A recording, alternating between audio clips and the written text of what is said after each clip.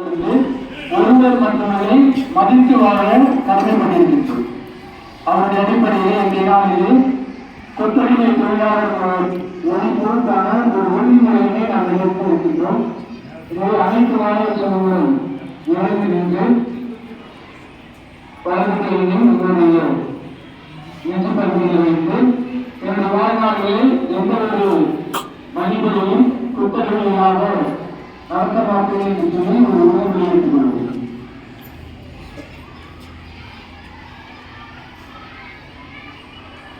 அதோடு இந்திய அரசியலமைப்பு சட்டத்தின்படி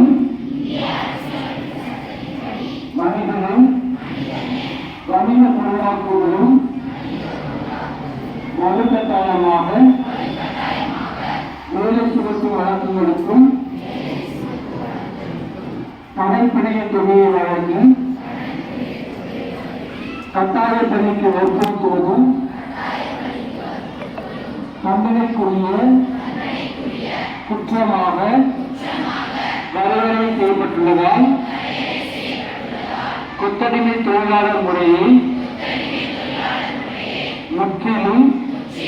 ஒழித்திடும் நோக்கத்தை கருத்தில் கொண்டு சமுதாயத்தில் விழிப்புணர்வு ஏற்படுத்துவேன் என்று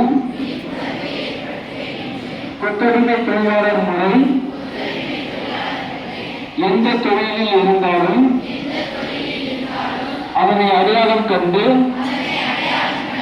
தக்க நடவடிக்கை எடுக்க முன்முயற்சி செய்வேன் என்றும் எந்த தொழிற்சாலையிலும் தொழிலாளர்களுக்கு முன்பணம் கொடுத்து பணியமர்த்துவதை தவிர்க்க வலியுறுத்துவேன் என்றும் கொத்தடிமை தொழிலாளர்களை மீட்டு அவர்களின் முழுமையான மறுவாழ்விற்காக பணியாற்றுவேன் என்றும் இந்திய அரசமைப்பு சட்டம்